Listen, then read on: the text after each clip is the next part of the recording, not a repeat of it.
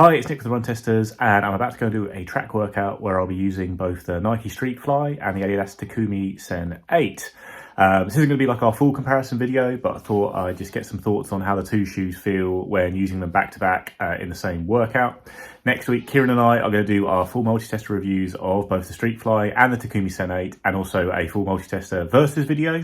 So yeah, this will just be some quick thoughts, as I happen to have quite a good workout where I can swap between the two shoes midway through. Quick word on the design, and then it's time to go running in circles. The Nike Streakfly and Adidas Takumi Sen 8 are both examples of a new breed of racing shoe designed for shorter events. They have lower stacks than Nike and Adidas's top carbon racers like the Vaporfly and Adios Pro 2, and more flexible midsoles, and are lighter in general, making them better suited to 5k and 10k events.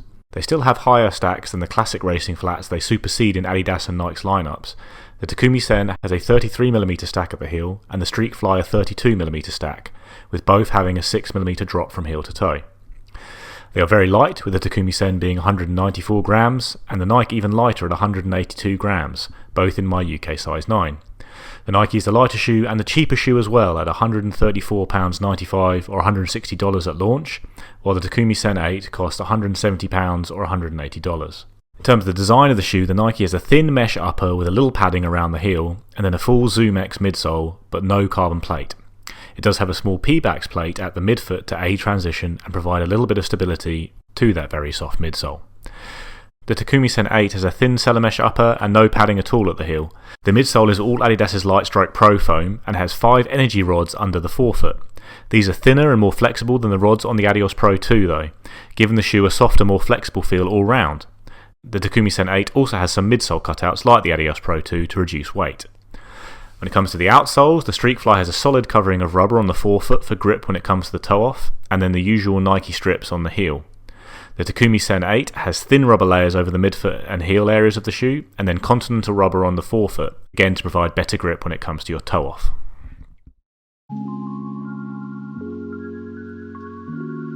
Okay, so just at the track now. Today's workout is in two parts. Obviously, the first part I'm going to do in the Nike Streakfly. I'm going to be running 8 400 meter reps at 75-second pace, then doing a 200 meter recovery in 60 seconds. So that kind of pace it's not all out, it's kind of 5k pace. But obviously the recoveries are quite short and we'll be moving throughout them. So it should end up being not far off the 5k at a pretty decent lick. And then I'm going to change over the shoes and do just a straight 5k in the Takumi Sen 8 at 3:30 per k pace, which is, it's not all out. Again, that's kind of my marathon pace, so I'm really on it, but you know, it'll be a good test today. It's, you know, it's Tuesday night, I'm not in that kind of shape right now, and be a good hard 5k run in the shoes to kind of see how they feel. So yeah, the aim isn't really to kind of get a definitive comparison today, and you know, which is the faster shoe, the better shoe, but almost just to compare how they feel back to back in a workout like this, which I think should be quite interesting.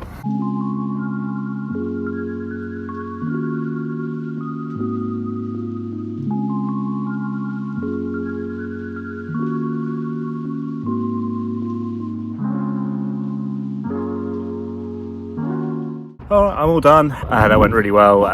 Yeah, I'm very comfortable in both shoes. I definitely feel, in terms of the feel, putting on the Adidas, it's notable that it's very clearly noticeable that a firmer shoe, a kind of more structured shoe. They feel a bit more supportive laterally, I think, which is surprising because of the cutouts on the Adidas shoes. But yeah, the foam's a bit firmer for one. I do think the rods that you get on the front of the Takumi Sen add a bit more kind of snap to your transition than the midfoot plate on the ZoomX. On the Streakfly, sorry. Both shoes ran very comfortably. Like I said, I did all those reps in the Streakfly really well. They felt very comfy and fast and effortless. And then the Takumi came on and just rolled through that 5k. I ran it too quick, to be honest. I ran a sub 17 there. I was running kind of 322s, and it just felt really, really smooth, very effortless. And the shoe, despite feeling a bit more built up than Nike, and it doesn't feel maybe as quick. It just produced a very, very smooth, fast action for that 5k. And yeah, I liked both of the shoes a lot today, I have to say. It's different feels. I think the Takumi Sen certainly feels a bit more structured, the kind of shoe I'd probably be happier in 10k in, just because it's a bit firmer and less slightly kind of squishy, whereas the Nike feels very fast, very kind of in and out, you know, bouncy and fun, and it felt great, you know, running a slightly faster pace on the 400s. Yeah, it's really interesting. They're two really good shoes. Problem is, it's going to be very hard to pick between them and then really decide if they're better than a full carbon plate shoe. But yeah, I really enjoyed using them today. They're I've loved using both of them so far. Kind of snappy reps. You know, whether they're gonna be better than a common shoe, still up in the air. But yeah, 4 reviews coming next week. But tonight's workout was interesting. Definitely a different feel to the two shoes, despite the fact they both felt really fast and great for those kind of reps we were doing today.